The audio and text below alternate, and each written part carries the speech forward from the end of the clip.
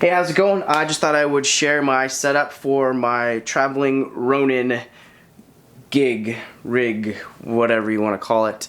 I've got the Ronin M here, small rig cage, a couple of 12mm rods with another like small rig riser for the rods. A little, probably like $12 on Amazon for the sunshade here, which is awesome because now I can shoot into the sun or backlit subjects without flare if I don't want flare. I'm using the MotionDogs follow focus, the Lenzhound. This is also that right here, and then I've got a little, it's on my rubber bands, yeah, awesome, thumb wheel so that I can pull focus while I'm using it. These attached to the Ready Rig GS here, which is awesome. I'm a photographer. I started as a photographer, so I've got these like Vagabond mini lithium batteries, which are awesome because they pack quite a bit of power. And so I've got this screwed in. There's a bunch of like, I think they're 1/4 inch or 3/4 inch, 1/4 inch, I think, screws.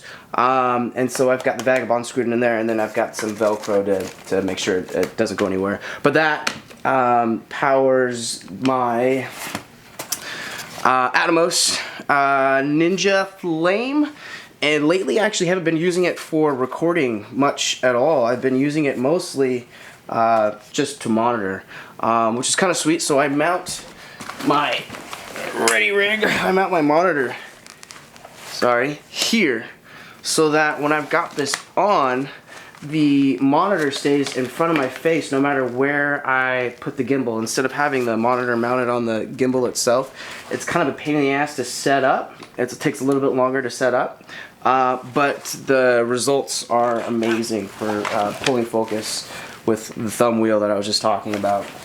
And I think it's kind of funny that they say that these are like, you can see them in the middle of the day, which, I mean, they're bright enough, but they're still reflective screens. So this is the bag I use, this Tenba bag. I'm not sure what it is, never compromise, DNA 15 DSLR. Okay, so this is my like run and gun bag, sort of. I got my cards in here. I got the Atomos recorder, and I keep this like mini hood on because when I'm rolling outside, I use one of these this Atomos sunshade, which is amazing. Keeps the sun out. There's a little hole so you can reach up and control everything. Lately I've been taking it one step further with this guy, and it just fits on the inside, and you can kind of push it even further in. Oops. And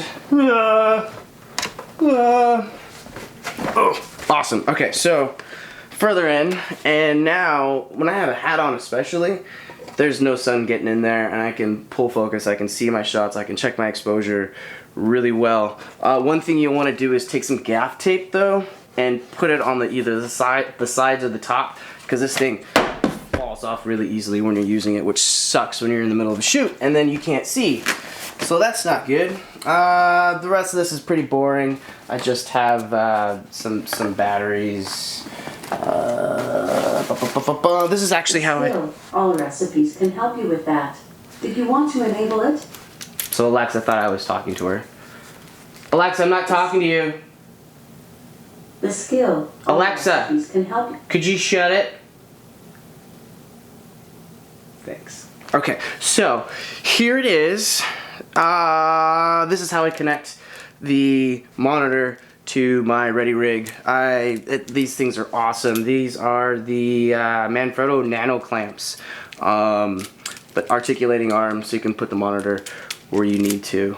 I have mine right here, and then it goes down and around, and the monitor sits right here. And so it's on this point, but it's also on the Ready Rig arms itself.